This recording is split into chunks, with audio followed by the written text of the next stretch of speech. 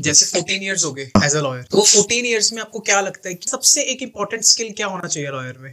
देखो, कुछ चीजें तो ऐसी जो कॉमन होती हैं सब में, हर प्रोफेशन में, हर काम में, कि हार्ड वर्किंग हो, स्ट्रगलिंग है, दिन रात एक करते। लॉ में कुछ चीजें स्पेशल भी, तो एक तो पढ़ाई का इंटरेस्ट, और मान के चले मुझे जिंदगी भर पढ़ना है, नया जानना है, नए जानने की जिज्ञासा, और ये भी उसके अंदर हिम्मत हो कि जो मैं अब तक चीज समझता आ रहा था ना वो गलत थी, आज मुझे कुछ और पता लग गया तो ये सही है। अक्सर हम अपने बिलीफ को ना छोड़ते नहीं है, तो लॉयर के लिए ये चीज बिल्कुल गलत है। बिलीफ तो छोड़ो, नया कानून आ गया है, अब इसको एक्सेप्ट करो। और अगर आपको एक डिस्टिंग्विश्ड लॉयर बनना है, उसके लिए सबसे ज्यादा जरूरी है कि आप वकालत की पढ़ाई के साथ हिस्ट्री पढ़ें, सोशियोलॉजी पढ़ें, फिलोसफी पढ़ें। कैसे फर्क पड़ेगा इन चीजों से? देखो, कोर्ट में सामने जज है और एक केस है आपके पास, और सामने जो है दूसरा लॉयर भी है। अब वो भी वही उन्हीं किताबों की सपोर्ट ले रहा है जो आपका जो अपोजिंग काउंसिल है, आप भी उन्हीं के ले रहे हो, सब कुछ सेम है। कुछ चीज तो ऐसी होनी चाहिए ना जो आपकी बात में वजन डाल। अब वो वजन डलता है जब आप कुछ ऐसी फिलोसफिकल बात कर दें, कुछ हिस्टोरिकल चीजों को उठाकर बात कर दें, और तो और शायरी भी कर दें। अगर किसी बात को अगर आप किसी शायराना अंदाज में बता दें जैसा आपको, तो उसका इंप्रेशन अलग पड़ता है। अब मैं आपको बताऊं कि ये ऐसा नहीं कि वकील ही करते हैं, जजेस भी करते हैं, कोर्ट भी करती है।